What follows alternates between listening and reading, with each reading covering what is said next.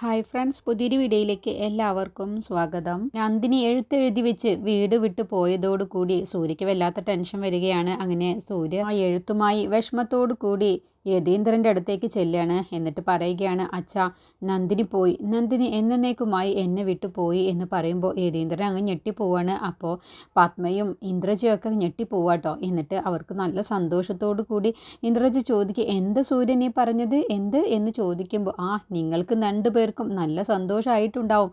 നിങ്ങൾ കേൾക്കാൻ ആഗ്രഹിച്ച കാര്യം തന്നെയാണ് ഇപ്പോൾ ഞാൻ പറഞ്ഞത്. നന്ദിനി എഴുതി വെച്ച് ഇവിടെ നിന്നും എന്നേക്കുമായി പോയി എന്ന് പറയുമ്പോൾ ഇന്ദ്രജിക്കും പത്മയ്ക്കും ഒരുപാട് സന്തോഷമാവുകയാണ്. അപ്പോൾ യതീന്ദ്രൻ ചോദിക്കുകയാണ്, എന്താ സൂര്യൻ ഈ പറയുന്നത്? അതെ അച്ഛാ, ഞാൻ അയാളോട് പറഞ്ഞിരുന്നു ഇവിടെ നിന്നും പോവാൻ. അയാളുടെ സ്വാതന്ത്ര്യം ഇനിയും ഞാൻ തടഞ്ഞു നിർത്തുന്നത് അത് ശരിയല്ല. അതുകൊണ്ട് തന്നെ ഞാൻ നന്ദിനിയോട് ഇവിടെ നിന്ന് പോവാൻ പറഞ്ഞിരുന്നു.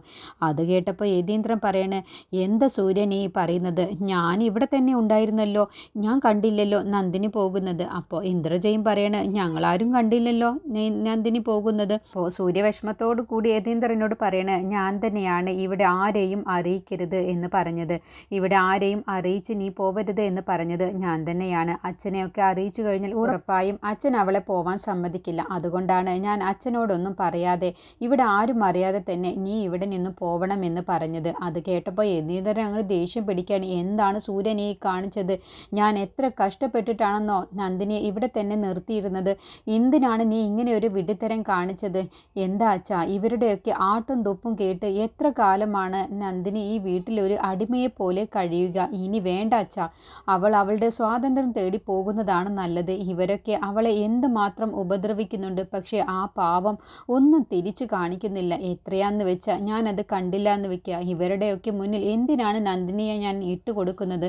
അതുകൊണ്ട് ഞാൻ അവളോട് പോവാൻ പറഞ്ഞത്. ഒരു പാവമാണ് നന്ദിനി എന്നൊക്കെ പറയട്ടെ. എന്നിട്ട് പത്മയും ഇന്ദ്രജയും സന്തോഷത്തോടു കൂടി പുഞ്ചിരിയോടു കൂടി നിൽക്കുകയാണ്. അപ്പോൾ സൂര്യ പറയണേ, നിങ്ങൾക്ക് രണ്ടുപേർക്കും ഒരുപാട് സന്തോഷമായിട്ടുണ്ടാവും. നിങ്ങൾ കാരണമാണ് എൻ്റെ വായ കൊണ്ട് നിങ്ങളാണ് നന്ദിനിയെ, എൻ്റെ ഭാര്യ നന്ദിനിയെ ഈ വീട് വിട്ടു പോവാൻ വേണ്ടി എനിക്ക് പറയേണ്ടി വന്നത്. ഇതൊക്കെ നിങ്ങൾ ഈ ചെയ്തു കൂട്ടുന്ന ഈ മഹാപാപങ്ങളൊക്കെ ഒരു ദിവസം നിങ്ങൾക്ക് ഉറപ്പായും തിരിച്ചടി കിട്ടിയിരിക്കും എന്നും പറഞ്ഞാണ് സൂര്യ ആ എഴുത്ത് പോക്കറ്റിലേക്ക് തന്നെ വെച്ച ശേഷം തിരിച്ച് ടെറസിലേക്ക് പോവുകയാണ്. അപ്പോൾ യതീന്ദ്രനെ നോക്കുകയാണ് പത്മയും ഇന്ദ്രജയും നോക്കുകയാണ് കേട്ടോ. അപ്പോൾ യതീന്ദ്രൻ ദേഷ്യത്തിലാണ് നിൽക്കുന്നത്. അപ്പോൾ പത്മ അങ്ങനെ പരിഹാസത്തോടു കൂടിയാണ് യതീന്ദ്രനെ നോക്കുന്നത്. ഇത്രയും കഷ്ടപ്പെട്ട് ഇപ്പോൾ എന്തുണ്ടായി? നന്ദിനി അവളുടെ പാടും നോക്കി പോയില്ലേ എന്നുള്ള ഭാവത്തിലാണ് കേട്ടോ പരിഹാസത്തോടു കൂടി യതീന്ദ്രനെ പത്മ നോക്കിയിട്ട് അവർ രണ്ടുപേരും റൂമിലേക്ക് പോകുന്നത്. പിന്നീട് സൂര്യ നന്ദിനി എഴുതിയ ആ എഴുത്ത് വീണ്ടും ഒന്ന് വായിച്ചു നോക്കുകയാണ്. എന്നിട്ട് പോക്കറ്റിലേക്ക് തന്നെ വെക്കുകയാണ്. എന്നിട്ട് വിഷമത്തിലാണ് കേട്ടോ സൂര്യ നിൽക്കുന്നത്. ഞാൻ നന്ദിനിയോട് പോവാനും പറഞ്ഞു, പക്ഷേ എനിക്ക് നന്ദിനിയെ മറക്കാൻ കഴിയുന്നില്ലല്ലോ എന്നുള്ള ഭാവത്തിലാണ് കേട്ടോ ബീഡിയും വലിച്ചുകൊണ്ട് നന്ദിനിയെ തന്നെ ഓർത്തുകൊണ്ട് വിഷമത്തോടു കൂടി നിൽക്കുകയാണ്. അങ്ങനെ പെട്ടെന്ന് സൂര്യ അങ്ങ് തിരിഞ്ഞു നോക്കുന്ന സമയത്താണ് അവിടെ ഒരാളിരിക്കുന്നത് കാണുന്നത്. അപ്പോൾ പെട്ടെന്ന് സൂര്യ തന്നെ അങ്ങ് അതിശയിച്ചു പോവാണ്. എന്നിട്ട് സിഗരറ്റ് നിലത്തിട്ട് അവിടേക്ക് നടന്നു ചെല്ലുകയാണ്. അപ്പോൾ പെട്ടെന്ന് നന്ദിനി എന്ന് സൂര്യ വിളിക്കുകയാണ് കേട്ടോ. അപ്പോൾ നന്ദിനി സൂര്യയുടെ അടുത്തേക്ക് ചെല്ലുകയാണ്. അപ്പോൾ സൂര്യ ചോദിക്കുകയാണ്, അല്ല നന്ദിനി, നീ പോയില്ലേ, നീ നിൻ്റെ വീട്ടിലേക്ക് പോയില്ലേ എന്ന് ചോദിക്കുമ്പോൾ, ഇല്ല ഞാൻ പോയില്ല. പിന്നെ എന്താ, നീ എഴുത്തൊക്കെ എഴുതി വെച്ചിരുന്നല്ലോ? അതെ, ഞാൻ എഴുത്തൊക്കെ എഴുതി വെച്ചു. പിന്നീടാണ് ഞാൻ ആലോചിച്ചത്, ഞാൻ വീട്ടിലേക്ക് പോയാലും എൻ്റെ നാട്ടിലേക്ക് പോയാലും ആരെന്നെ കണ്ടാലും എന്നോട് ചോദിക്കും, നീ സൂര്യ സാറിൻ്റെ ഭാര്യയല്ലേ എന്ന്. സൂര്യ സാർ തന്നെയല്ലേ എന്നെ കമ്പനിയിലുള്ള എല്ലാവർക്കും മുന്നിലും ഞാൻ സാറിൻ്റെ ഭാര്യയാണെന്ന് പറഞ്ഞ് പരിചയപ്പെടുത്തി കൊടുത്തത്. അതുപോലെ എൻ്റെ നാട്ടിലും എന്നെ അറിയാവുന്നവർക്ക് എല്ലാവർക്കും സാറാണ് എൻ്റെ ഭർത്താവ് എന്ന് എല്ലാവർക്കും അറിയാം. അതുകൊണ്ട് ഞാൻ എങ്ങനെ ഈ വീട്ടിൽ നിന്നും പോകും? സാറിൻ്റെ ഭാര്യ പദവി മാറ്റി തന്നാൽ ഞാൻ പിന്നെ ഇവിടെ നിന്നും പൊയ്ക്കോളാം, അല്ലാതെ എനിക്ക് ഇനി പോവാൻ കഴിയില്ല എന്ന് പറയട്ടോ. അത് കേട്ടും കൊണ്ടാണ് അവിടേക്ക് യതീന്ദ്രൻ വരുന്നത്. അപ്പോൾ ഇവർ രണ്ടുപേരും കൂടി സംസാരിക്കുന്നത് ഇന്ദ്രജയും ഒളിഞ്ഞു നിന്ന് കേൾക്കുന്നുണ്ട്. അപ്പോൾ പെട്ടെന്ന് നന്ദിനിയെ കാണുമ്പോൾ ഇന്ദ്രജ അങ്ങ് ഞെട്ടിപ്പോവാണ്. എന്നിട്ട് സൂര്യയോട് നന്ദിനി ഇങ്ങനെ ഇവിടെ നിന്ന് ഇനി പോവില്ല, സൂര്യയുടെ ഭാര്യയല്ല എന്നുള്ള പദവി കിട്ടിയാൽ മാത്രമാണ് ഞാൻ ഇനി ഇവിടെ നിന്നും പോവുകയുള്ളൂ, അല്ലാതെ ഞാൻ ഇനി ഈ വീട്ടിൽ നിന്നും പോവില്ല എന്ന് പറഞ്ഞത് കേട്ടപ്പോൾ ഇന്ദ്രജ അങ്ങ് ഞെട്ടിപ്പോവാണ്. അതുപോലെ യതീന്ദ്രനും ഇത് കേട്ടും കൊണ്ടാണ് വരുന്നത്. അപ്പോൾ യതീന്ദ്രൻ സബാഷ് നന്ദിനി, ഇത് തന്നെയാണ് നീ എടുക്കേണ്ട തീരുമാനം എന്നും പറഞ്ഞ് നന്ദിനിയുടെയും സൂര്യയുടെ അടുത്തേക്ക് യതീന്ദ്രൻ വരികയാണ്. അപ്പോൾ സൂര്യ നന്ദിനിയോട് ചോദിക്കുന്നുണ്ട്, അല്ല നീയല്ലേ ഇതിൽ എഴുതിയിട്ടുള്ളത് ഞാൻ പോവുകയാണെന്ന്, എന്നിട്ട് പിന്നെ എന്ന് ചോദിക്കുമ്പോൾ അല്ല ഞാൻ അതിൻ്റെ ബാക്കിൽ എഴുതിയിട്ടുണ്ട് എൻ്റെ തീരുമാനം മാറ്റി ഞാൻ ഇവിടെ നിന്നും പോകുന്നില്ല എന്ന് എഴുതിയിട്ടുണ്ടല്ലോ. അപ്പോൾ സൂര്യ സാർ അത് കണ്ടില്ലേ? അപ്പോൾ സൂര്യ പെട്ടെന്ന് ആ പേപ്പർ എടുത്ത് തിരിച്ചു നോക്കുമ്പോഴാണ് നന്ദിനി ആ മറുഭാഗത്ത് എഴുതിയിട്ടുള്ളത് കാണുന്നത്. അപ്പോൾ യതീന്ദ്രൻ പറയണേ, നന്ദിനി നീ ആര് തന്നെ പറഞ്ഞാലും ഇവിടെ നിന്നും നീ ഒരിക്കലും പോവരുത്, ഇത് നിൻ്റെ കൂടി വീടാണ്, സൂര്യയുടെ ഭാര്യയാണ് നീ ഒരിക്കലും ഇവിടെ നിന്നും പോവരുത്. അവൻ എന്ത് തന്നെ പറഞ്ഞാലും ശരി, നീ ഒരിക്കലും ഈ വീട് വിട്ടു പോവരുത്. ഇനിയിപ്പോൾ നിന്നോട് ഞാൻ പറഞ്ഞാലും നീ ഈ വീട് വിട്ടു പോവരുത്, അതുപോലെ ഈ വീട്ടിലുള്ള ആര് പറഞ്ഞാലും നീ ഒരിക്കലും ഈ വീട് വിട്ടു പോവരുത് നന്ദിനി, ഇത് നിൻ്റെ വീടാണ്, അങ്ങനെയൊന്നും നീ ഈ വീട് വിട്ടു പോവാൻ പാടില്ല, അതിന് ഇവിടെ ആർക്കും അതിനുള്ള അവകാശവുമില്ല, നീ ഒരിക്കലും ഈ വീട് വിട്ടു പോവരുത് മോളെ. സൂര്യ ചോദിക്കുന്നുണ്ട് നന്ദിനിയോട്, നീ പൊയ്ക്കോ നന്ദിനി, നിന്നെ ഞാൻ ഇവിടെ ഒരിക്കലും പിടിച്ചു വെക്കില്ല, നിനക്ക് സ്വാതന്ത്ര്യത്തോടു കൂടി ജീവിക്കാൻ നീ പൊയ്ക്കോ എന്ന് പറയുമ്പോൾ ഇല്ല, ഞാനിനി ഈ വീട്ടിൽ നിന്നും പോവില്ല, എന്നോട് എല്ലാവരും ചോദിക്കും നീ എന്താണ് ആ വീട്ടിൽ നിന്നും പോകുന്നത് എന്ന്, സൂര്യ സാർ എന്തുകൊണ്ട് നിന്നെ അവിടെ നിന്നും പറഞ്ഞയച്ചു എന്ന് ചോദിക്കും. തൽക്കാലത്തേക്കാണ് സൂര്യ സാർ എന്നെ വിവാഹം കഴിച്ചു എന്നൊന്നും എനിക്ക് അവരോട് പറയാൻ കഴിയില്ലല്ലോ. ഇപ്പോൾ സൂര്യ സാർ എന്നോട് ആ വീട്ടിൽ നിന്നും പോവാൻ പറഞ്ഞു എന്ന് പറഞ്ഞാലും എനിക്കതൊന്നും അവരോട് പറഞ്ഞാലൊന്നും അവരത് കേൾക്കാനും പോകുന്നില്ല. അങ്ങനെ പലരും പലതും സംസാരിക്കും, അതുകൊണ്ട് എനിക്ക് ഈ വീട്ടിൽ നിന്നും പോവാൻ കഴിയില്ല. അപ്പോൾ സൂര്യ പറയണ, അങ്ങനെ നാട്ടുകാർ പലതും പറയും നന്ദിനി, നീ അതൊന്നും ചെവി കൊള്ളാൻ നിൽക്കണ്ട.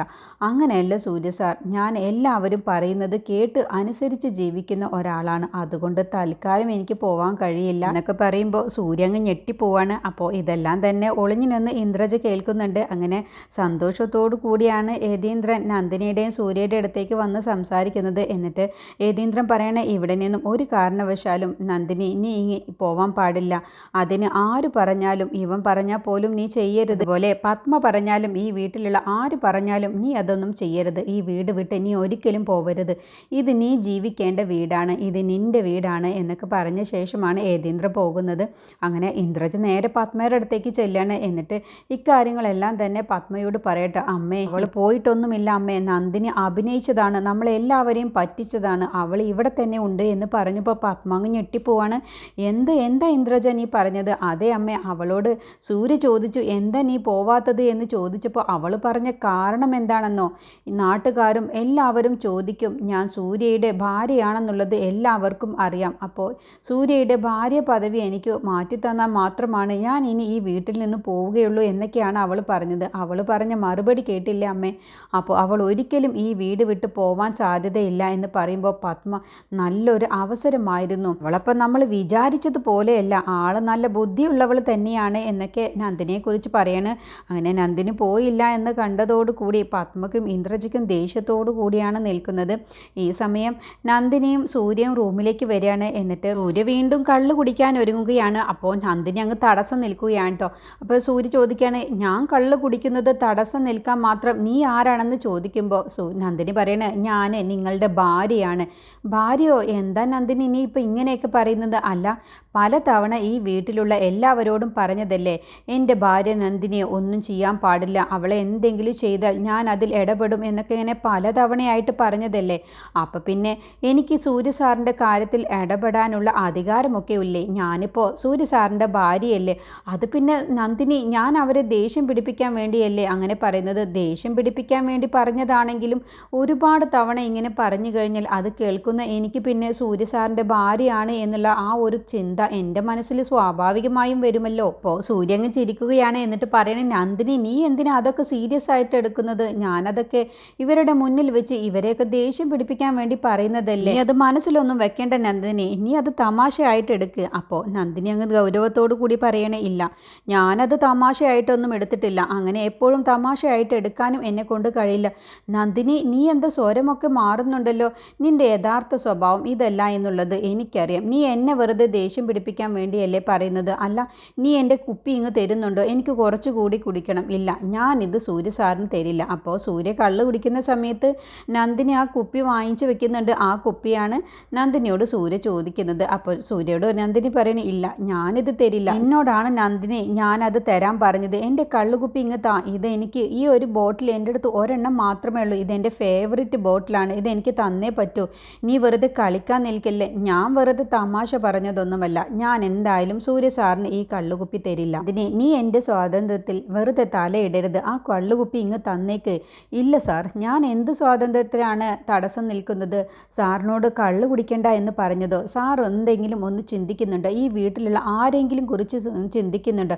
ഇനിയിപ്പോൾ ആരെക്കുറിച്ച് ചിന്തിച്ചില്ലെങ്കിലും യതീന്ദ്രൻ സാറിനെ കുറിച്ചൊന്ന് ചിന്തിച്ചൂടെ? ഒരേ ഒരു മകൻ ഇങ്ങനെ കള്ളും കുടിച്ച് നശിച്ചു പോകുന്നത് കാണുമ്പോൾ എത്ര വിഷമിക്കുന്നുണ്ടാവും യതീന്ദ്രൻ സാർ. ഇത്രയും സ്വത്തും പണവും പ്രതാപവും എല്ലാം ഉള്ള സാർ എന്തിനാണ് ഇങ്ങനെ കള്ളു കുടിച്ച് നശിക്കുന്നത്?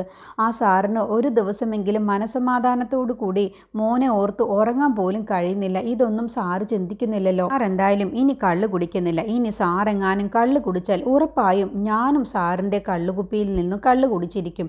അത് കേട്ടപ്പോൾ സൂര്യ തന്നെ അങ്ങ് അതിശയിച്ചു പോവാണ്. നന്ദിനി ഇപ്പോൾ എന്താ ഇങ്ങനെ മാറുന്നത് എന്നുള്ള ഭാവത്തിൽ കേട്ടോ. അപ്പോൾ നന്ദിനി, നിന്നോടാണ് പറഞ്ഞത്. ഇല്ല, സാറ് കൂടുതലൊന്നും സംസാരിക്കേണ്ട. സാർ ഇനി കള്ളു കുടിച്ചാലേ ഞാനും ഇനി ഇവിടെ ഇരിക്കുന്ന കള്ളുകുപ്പിയിൽ നിന്നും ഞാൻ കള്ളു കുടിക്കും എന്ന് പറഞ്ഞ് നന്ദിനി താഴേക്ക് ഇറങ്ങി പോവാൻ കേട്ടോ.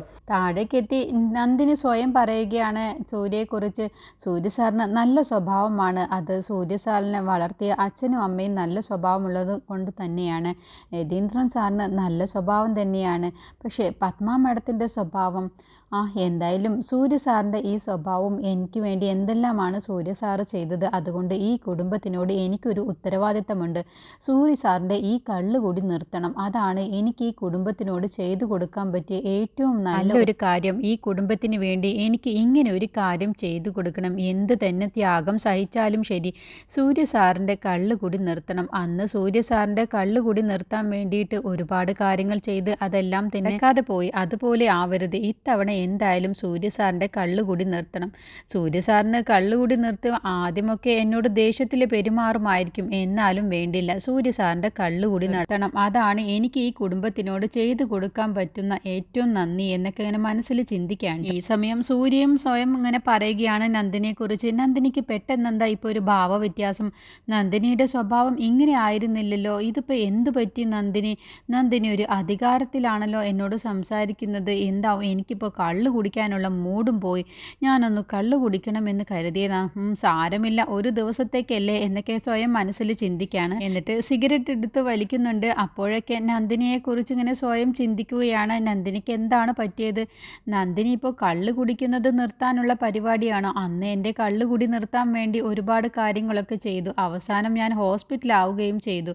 അതിൻ്റെ പിറകിൽ മിത്ര കളിച്ചതുകൊണ്ട്. ഇതിപ്പോൾ അതുപോലെ നന്ദിനി എൻ്റെ കള്ളുകുടി നിർത്താൻ വേണ്ടി എന്തോ ഒന്ന് പ്ലാൻ ചെയ്യുന്നുണ്ട്. എന്താണെങ്കിലും നന്ദിനിയുടെ ആ പ്ലാനൊന്നും നടക്കാൻ പോകുന്നില്ല. ഇനിയിപ്പോൾ നന്ദിനി ഞാൻ കള്ളു കുടിച്ചു വന്നാൽ നന്ദിനിയും കള്ളു കുടിക്കുമെന്നാണ് പറഞ്ഞത്. അത് ശരിക്കും ഉണ്ടാവും. എന്നെ പറ്റിക്കാൻ വേണ്ടിയിട്ടായിരിക്കും. എന്തായാലും നന്ദിനി ഒന്നും കള്ളു കുടിക്കാൻ പോകുന്നില്ല. ഇനിയിപ്പോൾ നന്ദിനിയെ ഒന്ന് സൂക്ഷിക്കണം, അല്ലാതെ ഇനി ശരിയാവില്ല എന്നൊക്കെ സ്വയം ചിന്തിച്ചുകൊണ്ട് സൂര്യ റൂമിലേക്ക് ചെല്ലാണ്. എന്നിട്ട് സൂര്യയുടെ കയ്യിൽ സൂക്ഷിച്ചു വെച്ചിരിക്കുന്ന എല്ലാ കള്ളിൻ്റെ ബോട്ടിലുകളും എടുക്കുകയാണ്. എന്നിട്ട് അതിലൊക്കെ മാർക്ക് ചെയ്യുകയാണ്. ഇത്രയാണ് ഉള്ളത്. അഥവാ ഇനി നന്ദിനി എടുത്ത് കുടിച്ചാൽ ഞാനത് അറിയുമല്ലോ എന്നുള്ള ഭാവത്തിലിട്ട് അങ്ങനെ ഓരോ കള്ളിൻ്റെ ബോട്ടിലും എടുത്ത് അതിലെല്ലാം തന്നെ അടയാളപ്പെടുത്തുകയാണ് കേട്ടോ. ഈ സമയം നന്ദിനി ഇങ്ങനെ ചിന്തിക്കുകയാണ്, എങ്ങനെയാണ് ഇപ്പോൾ സൂര്യ സാറിൻ്റെ കള്ളുകൂടി നിർത്തുക, അതിനിപ്പോൾ എന്താണ് ഒരു വഴി എന്നൊക്കെ ഇങ്ങനെ ആലോചിച്ചിരിക്കുമ്പോഴാണ് യതീന്ദ്രൻ അവിടേക്ക് വരുന്നത്. അപ്പോൾ യതീന്ദ്രൻ ചോദിക്കുക, എന്ത് പറ്റി നന്ദിനി? വീണ്ടും അവൻ എന്നോട് വഴക്കിട്ടു? ഇല്ല, പിന്നെ എന്താ നീ ഇവിടെ തനിച്ചു വന്നിരിക്കുന്നത്? ഒന്നുമില്ല, ഞാനിവിടേക്ക് വന്ന് സൂര്യ സാർ അവിടെ റൂമിലുണ്ട്. അല്ല, വേറെ കുഴപ്പമൊന്നും ഇല്ലല്ലോ? ഇല്ല, ഞാനിപ്പോൾ ഇവിടേക്ക് വെറുതെ വന്നിരുന്നതാണ്. നന്ദിനി, എനിക്ക് നിന്നോടൊരു കാര്യം പറയാനുള്ളത്. എന്ത് തന്നെ അവൻ പറഞ്ഞാലും, ഇനിയിപ്പോൾ ഈ വീട്ടിലുള്ള ആര് തന്നെ എന്ത് പറഞ്ഞാലും നീ ഒരിക്കലും ഈ വീട് വിട്ടു പോവരുത് മോളെ. നീ വീട് വിട്ടു പോയി എന്ന് കേട്ടപ്പോൾ സഹിക്കാൻ കഴിഞ്ഞില്ല. പിന്നെ സൂര്യ ഇത്രയും ദിവസം നിനക്ക് വേണ്ടി, നിനക്ക് അസുഖം വന്ന ശേഷം അവൻ കള്ളുകൂടി നിർത്തിയതായിരുന്നു. ഇന്ന് നീ പോയ വിഷമത്തിലാണ് അവൻ കള്ളു കുടിച്ചുകൊണ്ട് ഈ വീട്ടിലേക്ക് വന്നത് തന്നെ. പക്ഷേ നീ പോയി എന്നുള്ളത്, നീ എഴുത്തെഴുതി വെച്ച സമയത്ത് അവൻ എന്തുമാത്രം വിഷമിച്ചു എന്നുള്ളത് ഞാൻ കണ്ടതാണ്. മോൾ ഒരിക്കലും ഈ വീട് വിട്ടു പോവരുത് എന്നൊക്കെ പറഞ്ഞ് നന്ദിനിയെ ഉപദേശിക്കുകയാണ്. അങ്ങനെ നന്ദിനി പിന്നെ റൂമിലേക്ക് ചെല്ലുകയാണ്. ആ സമയത്താണ് ധൃതി പിടിച്ചുകൊണ്ട് സൂര്യ ഇങ്ങനെ ഓരോ ബോട്ടിലും ഇങ്ങനെ അടയാളപ്പെടുത്തുന്നത്. അപ്പോൾ നന്ദിനി ചോദിക്കുകയാണ്, എന്താ സൂര്യ സാർ, എന്താ സാർ ഈ കാണിക്കുന്നത്? അതോ നിനക്ക് കാണുന്നില്ല? അല്ല, ഇതിപ്പോൾ എന്തിനാണ് ഇത് മാർക്ക് ചെയ്യുന്നത് എന്നൊക്കെ ചോദിക്കുകയാണ്. ഇതിനെക്കുറിച്ചുള്ള ബാക്കി റിവ്യൂ അടുത്ത വീഡിയോയിൽ പറയാം.